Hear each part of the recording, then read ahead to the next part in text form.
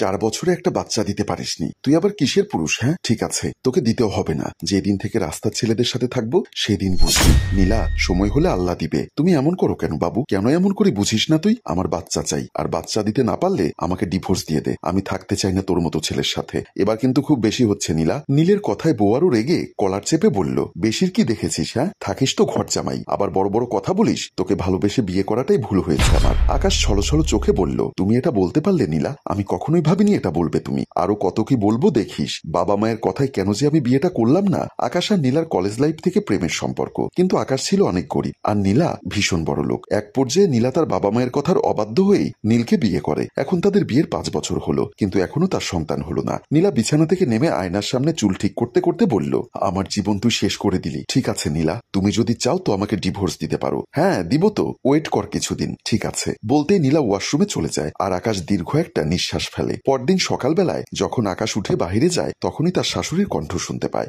এমন একটি ছেলেকে বিয়ে করেছিস যে এখনো একটা বাচ্চা হলো না। ও কি আসলেই পুরুষ? মা, আমি কি করবো তো এখন বাচ্চা না হলে? কি করবি মানে? ওকে ছেড়ে দিয়ে অন্য কাউকে বিয়ে করবি? তুই আমার মেয়ে, এই চৌধুরী বাড়ির মেয়ে, তোর জন্য কি ছেলের অভাব আছে নাকি? আমাদের কথা তো তখন শুনলি না। নীলা বলল, মা চুপ করো, রাতে অনেক কথা ওকে বলেছি। কি বললি? কেন চুপ করবো? হ্যাঁ, ওকে আমাদের খাওয়ায় নাকি? হ্যাঁ বুঝি না, ঘর জামাই থাকে, লজ্জাও করে না একটু ফকিরটার। চুপ করো তো তুমি মা। এই কথাগুলো আকাশ শুনে অনেক কষ্ট পায়, আর ভাবলো সত্যিই তো, আমার কোনো লজ্জা নেই, কারণ আমি ঘর জামাই থাকি, কোনো কাজ করি না, বসে খাই। আসলে বিয়ের প্রথম যখন তাদের মধ্যে খুব প্রেম ছিল, তখন নীলাই ওকে কাজ করতে দেয়নি। বলেছিল, আমাদের তো সব আছে, তুমি আমাদের সাথে থাকবে, আর কাজ করার কি দরকার, সারা দিন শুধু আমাকে আদর করবে। আকাশ আর নাস্তার টেবিলের দিকে এগিয়ে না গিয়ে বিষণ্ণ মনে ঘরের দিকে চলে গেল। ঘরে যেতেই পেছন থেকে নীলা বলল, উঠেছো তুমি? হ্যাঁ উঠেছি, আর ভাবছি আজ থেকে কাজে যাব। মানে একটা কাজ খুঁজে বের করার চেষ্টা করব। আশা করি একটা কাজ জোগাড় করে নিতে খুব বেশি দিন লাগবে না। তো যাচ্ছ না কেন? কে যেতে বারণ করেছে তোমাকে? হ্যাঁ সেটাই তো। আচ্ছা একটু নাস্তা দিবে? খেয়ে কাজ খুঁজতে যেতাম। নীলা মুখ বাঁকিয়ে বলল, কয় টাকা কামাই করো যে সব সময় খাই খাই করো তুমি? বউয়ের কথায় আকাশ একটা ধাক্কা খেলো। নিজেই তখন নাস্তার টেবিলের দিকে না গিয়ে ঘরে চলে আসলো, আর এখন বেহায়ের মতো নাস্তা খুঁজলো। সরি নীলা বলেই নীল চলে যায়। সারা দিন এদিক সেদিক ঘোরাফেরার পর যখন কোনো কাজ পেল না, তখন হতাশ হয়ে বাসার দিকে যাচ্ছিল আকাশ। আর তখনই দেখে একটা আবাসিক হোটেল থেকে বের হচ্ছে তার বউ নীলা, সাথে অন্য পুরুষ। আকাশের যেন বিশ্বাসই হলো না, সত্যি কি এটা নীলা? আবাসিক হোটেলের মতো একটা জায়গায় অন্য পুরুষের সাথে কি কাজ থাকতে পারে নীলা? তবে কি? ব্যাপারটা ভেবেই যেন আতকে উঠল আকাশ। মনে মনে বলল, বাসায় যাই আগে, তারপর সব জানবো। এইসব ভাবতে ভাবতে নীলা বাসায় চলে আসে। বাসায় আকাশের শাশুড়ি তখন ড্রয়িং রুমের সোফায় বসেছিলেন। আকাশ শাশুড়িকে জিজ্ঞাসা করে, মা নীলা কোথায়? দেখছি না কোথাও। শাশুড়ি মা একবার তার দিকে তাকিয়ে আবার টিভির দিকে তাকিয়ে বললেন, মনে হয় শপিং এ গেছে। কেন, কি হয়েছে? বউ ছাড়া ভালো লাগে না বুঝি? ঘরে এসে বউকে দেখতে পাওনি বলে শাশুড়িকে জিজ্ঞাসা করছো? একে তো ঘর জামাই, তাতেই বোঝা যায় একটা মেরুদণ্ডহীন পুরুষ তুমি, আর এখন তো দেখছি লজ্জা শরম বলতে কিছুই নেই। শাশুড়ির মুখে এমন সব কথা শুনে খুব লজ্জা পেল নীল। আসলে মা, থাক, বলতে হবে না। যে পুরুষ 4 বছরে একটি সন্তান দিতে পারে না, সে আবার বউয়েরা তো খোঁজ নিয়ে কি বা করবে শুনি। জাহানারা বেগম কথাটি বলে যেন আনন্দ পেলেন। আপনিও এই কথাটা বললেন মা, আর আমার খুব লজ্জা লাগছে আপনার মুখে এসব শুনে। চুপ ছোট লোক, তোর আবার লজ্জা আছে? থাকিস ঘর জামাই, তোর আবার কিসের লজ্জা রে? বউয়ের টাকা চলিস, আবার বড় বড় কথা বলিস। কথাগুলো শুনে আকাশের চোখ ভরে গেল। আমার ভুল হয়েছে মা, আমি নীলাকে ডিভোর্স দিব, আপনারা সব ব্যবস্থা করুন। এমন সময় কথাটা শুনে দরজার সামনে থেকে নীলা বলল, কি?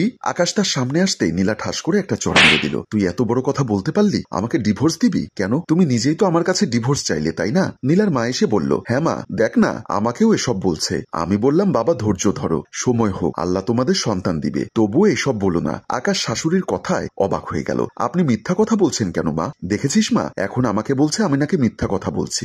আরো কি বলেছে জানিস? কি?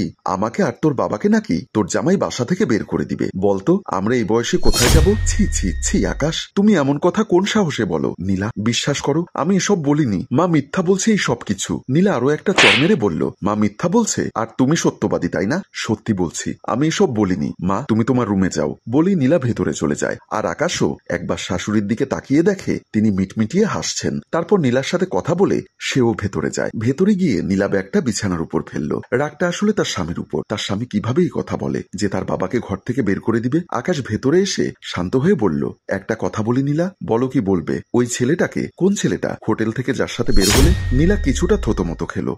কই, আমি তো কোনো হোটেলে যাইনি, আমি শপিং করতে গেছিলাম। আকাশ মুচকি হেসে বলল, মিথ্যা বলবে না, সত্যি বলো, আমি তো নিজের চোখে দেখেছি, অস্বীকার করে লাভ নেই। নীলা এবার সব ভনিটা ছেড়ে তীব্র মেজাজ নিয়ে বলল, দেখেছিস তো হয়েছে কি? হ্যাঁ, তুই তো একটি অক্ষম ছেলে। ছেলে, তাই অন্য ছেলেকে নিয়ে গেছিলাম। কোনো সমস্যা? আমি কি তোমাকে আমার ভালোবাসা দিয়ে তৃপ্তি দেই না? হ্যাঁ দিস, কিন্তু বাচ্চা তো আর দিতে পারিস না। নীলা, এটা বুঝি আমার দোষ? হ্যাঁ তোর দোষ। আর আজ দেখেছিস হোটেলে নিয়ে গেছিলাম, কাল বাসায় আনবো, এইখানে এই বিছানায় ওর সাথে সবকিছু করব, তোর চোখের সামনেই ওর সাথে শরীর নিয়ে খেলবো, ওর থেকে বাচ্চা নিব। তুই কি করবি? হ্যাঁ, খুব কি প্রয়োজন এইসবের? এসব না করলেই বুঝি হচ্ছে না নীলা? অবশ্যই, তবে তো আমাকে ছেড়ে দিলেই তো পারো, আমি তোমার জীবন থেকে অনেক দূরে চলে যাব। তবুও আমাকে প্রতিদিন এভাবে কষ্ট দিও না প্লিজ, তোমার দুটি পায়ে পড়ি। নীলা পা ছাড়িয়ে বলল, আমি তোমাকে রাগের মাথায় বলেছি ডিভোর্স দিব, কিন্তু আমার মান সম্মান আছে, বুঝেছিস? আমাদের পরিবারে কেউ কাউকে ছাড়েনি, তাই তোকে ছাড়তে পারছি না। তা না হলে কত আগে ছেড়ে দিতাম তোকে আমি। আকাশ বারবার স্ত্রীর পা ধরে বলতে লাগলো, আমাকে এভাবে কষ্ট দিও না, আমি তোমাকে খুব ভালোবাসি নীলা। কিন্তু আকাশের উপর তার দয়া হলো না,